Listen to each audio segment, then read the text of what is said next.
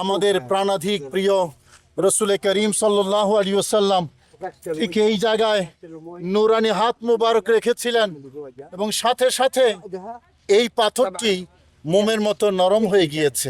শুধু দর্শক, এই হাত তো আর সাধারণ কোনো হাত নয়, এই হাত রাহমাতুল আলামিনের হাত। এই হাতটি এখানে রাখার সাথে সাথে এই গর্তটি তৈরি হয়ে গেছে, মোমের মতো তৈরি হয়ে গেছে।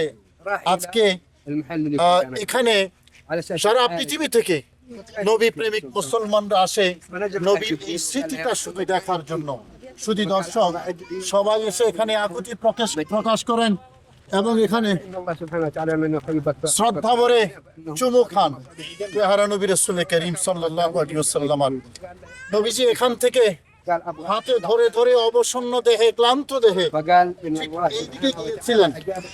কেন গিয়েছিলেন শুধু দর্শক, ঠিক এভাবে আসুন আমরা সেই গল্পটাও আপনাদেরকে একটু শোনাই।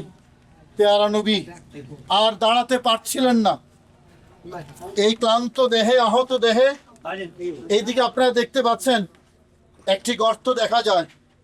আমাদের পেয়ারা নবী রাসূল করিম সাল্লাল্লাহু আলাইহি ওয়াসাল্লাম বিশ্রাম নেওয়ার জন্য ঠিক এই গর্তের মধ্যে এসেছিলেন, তাশরিফ এনেছিলেন।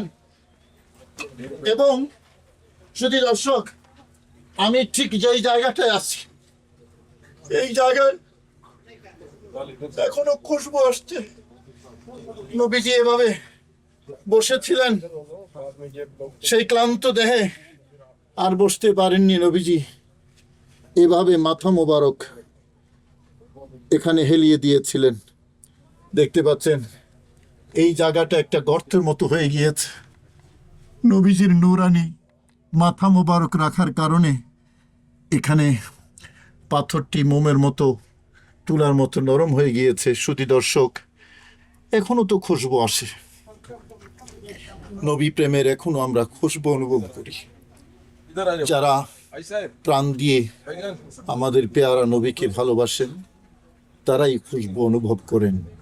এবং নবীর হাতের পরশে, নবীর মাথা মুবারকের পরশে পাথর পর্যন্ত নরম হয়ে যায়, কিন্তু নবী বিদ্বেষী যারা, তাদের কলব নরম হয় না।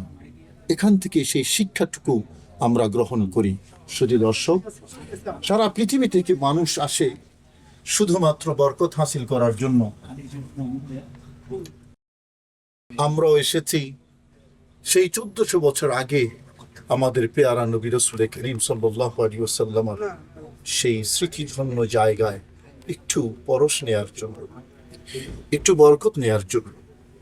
আমরা তো উহুদের যুদ্ধ দেখিনি, সেখানে সামিল হওয়ার সুযোগ আমাদের হয়নি, কিন্তু আমরা নবীজি উহুদের যুদ্ধ শেষে যেখানে আশ্রয় নিয়েছিলেন, আমরা সেই জায়গাটায় এসে আল্লাহর দরবারে যার পর নাই কৃতজ্ঞতা আদায় করছি। শুধু দর্শক, আপনারা দেখতে পাচ্ছেন এই পাহাড়ের গর্ত কত সুন্দর দেখায়। নবীকে আশ্রয় দিয়েছিল এই গুহাটি। শুধু দর্শক, আপনাদেরকেও দেখাতে পেরে আমরা যার পর নাই আনন্দিত।